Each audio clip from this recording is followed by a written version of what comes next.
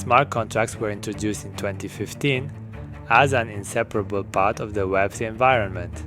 Although the concept of self-executing contracts with the terms directly written into code was proposed earlier in 1994, they were finally implemented with the Ethereum network.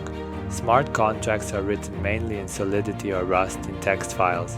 The magic happens when it is executed in EVM, the Ethereum virtual machine, but let's stay with Solidity.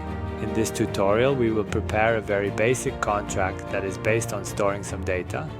Let's create a file simplestorage.sol and add their contract simple storage.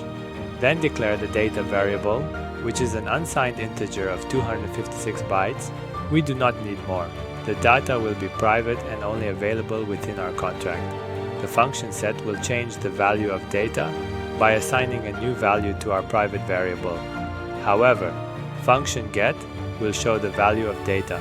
Such functions are special, and the keyword view tells that the function only presents the value of a returned variable.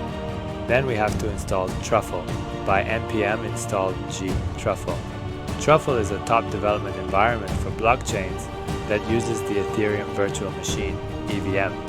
It enables easy compiling of smart contracts, testing them, and deploying them. After the initializing of the Truffle, place simplestorage.sol in the contracts directory. Next, download Ganache to simulate local network. Visit Truffle suite page and download the app.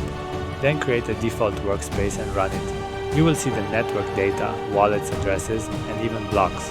Then in the migrations folder, create a new file, for example, to deploy contracts.js.